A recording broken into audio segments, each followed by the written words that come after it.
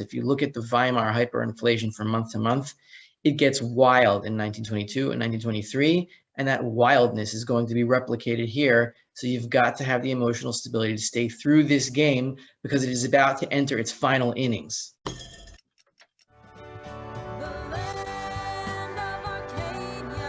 Well, hello there, my friends. Rafi here from the Endgame Investor with this week's silver report for Arcadia Economics, and it is getting exciting out there in monetary land, in the stock market, in every market in the world. You can feel the teetering, you can feel the swaying. Which way is it going to fall? We all know which way it's going to fall. Markets are going crazy. Bitcoin has crashed.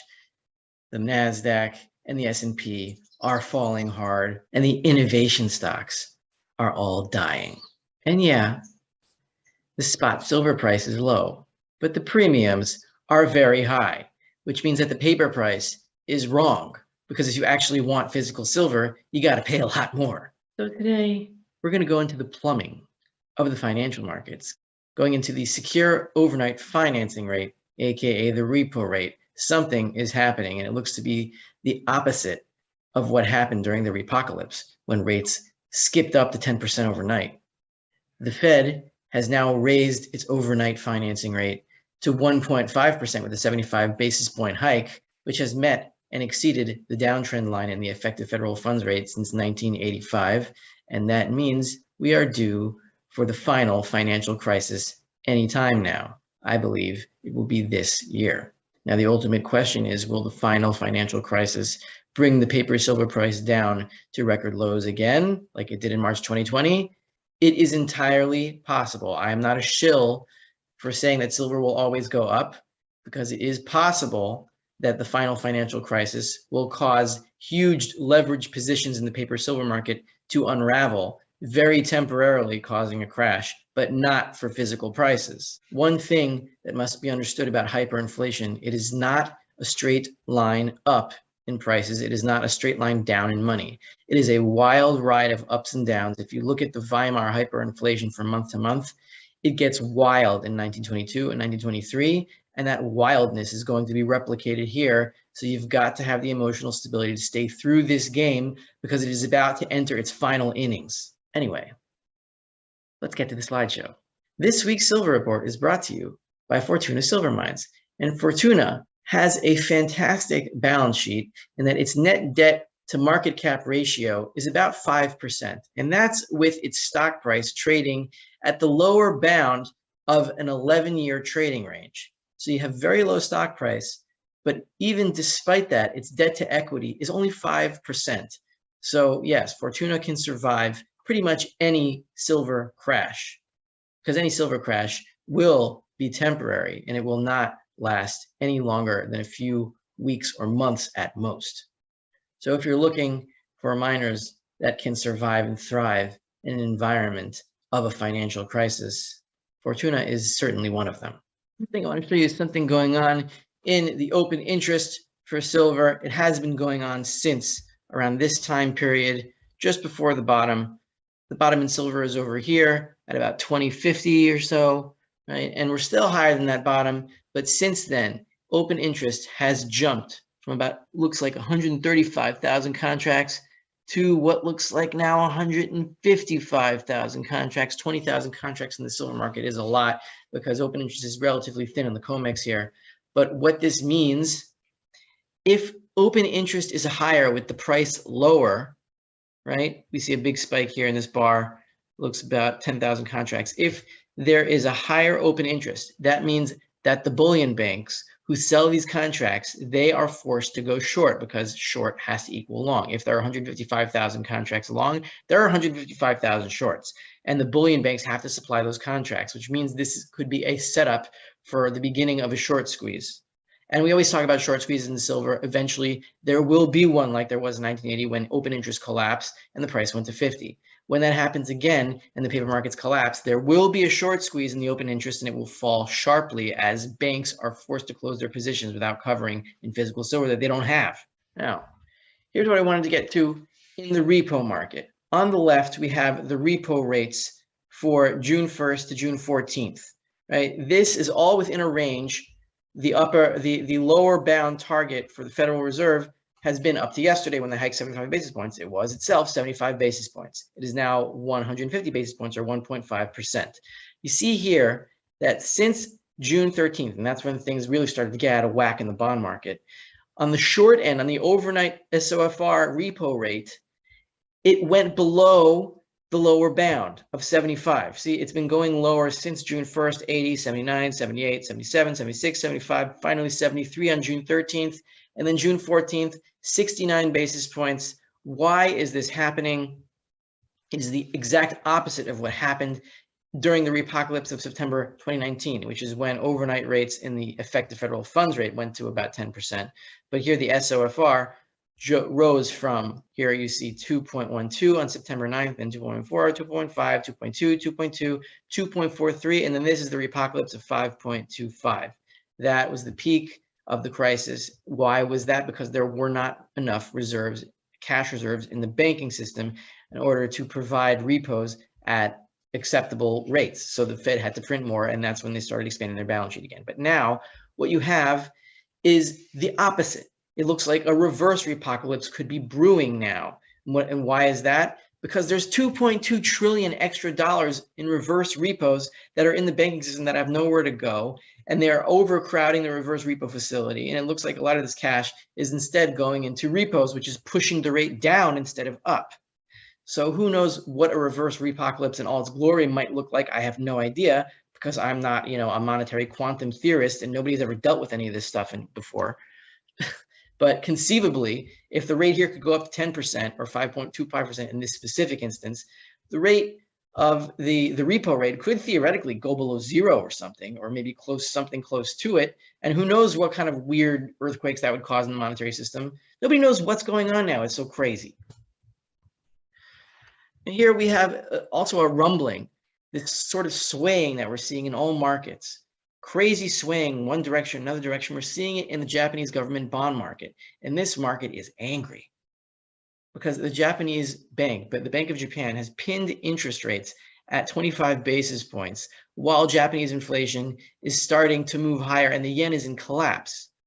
And so you have a lot of hedge funds and all these market players like George Soros did to the Bank of England, what was it, 1990 something? I don't remember. So here you have these market players pushing the rate up higher and higher, and the Bank of Japan pushing it continually down. You see this kind of earthquake in the rate of the 10-year Japanese government bond. And Japan has the highest debt to GDP ratio in the world. So this market is going to collapse along with everything else. It's going to be some serious nuclear fallout, except this time it'll be financial and not real. Thank God nobody's dropping actually nuclear bombs anymore. That's a positive. Let's look at what is going on with silver and the Comex on this day right now. In the present, we have 57,246 contracts still open. And with price so low, the paper price still so low, there is strong incentive to take delivery, and this is a delivery month. So with strong incentive to take delivery, you have 57,246 contracts open, and the registered stocks for are at 2018 lows. They fell again, I think, 400,000 ounces yesterday to 71.4 million ounces. It has not been this low since 2018, and that, if you divide it by 5,000 per contract, is enough for 14,279 contract warrants. And now, can you load out the warrant? That's a whole other controversial topic. Some people can, depending on what access they have to the Comex. I tried and failed, and I will try again. There are 10 days left to roll over a deadline. That means there's 10 days left for July silver holders open contract to roll over into another month, so they don't have to take delivery or make delivery. So that means it looks like there's about 43,000 contracts that need covering in the next 10 days. Or there will be no more registered silver on the Comex. This happens every month. One time it will happen that there will be a default. Will it be in this month? We do not know. All we can do is track it month to month, and eventually it will happen. Here's what I was talking about before, the bus trend line. Every time the federal funds rate here, you have the effective federal funds rate. This is the overnight Fed funds rate. This is what they hiked, 75 basis points yesterday. And I drew in the little line here to push it up to about 1.5 to where it is now. And you can see we are already at the trend line here. So the trend line began 1988 or so. And then it didn't even have to get hit in 2000 before the recession came in. You have here, look, recession shortly after the trend line hit, and then recession even more shortly after the trend line hit, then recession immediately after the trend line hit, and then here another recession. So when is the next one? When is the next financial crisis? It's coming. It's soon, and it will be the last one.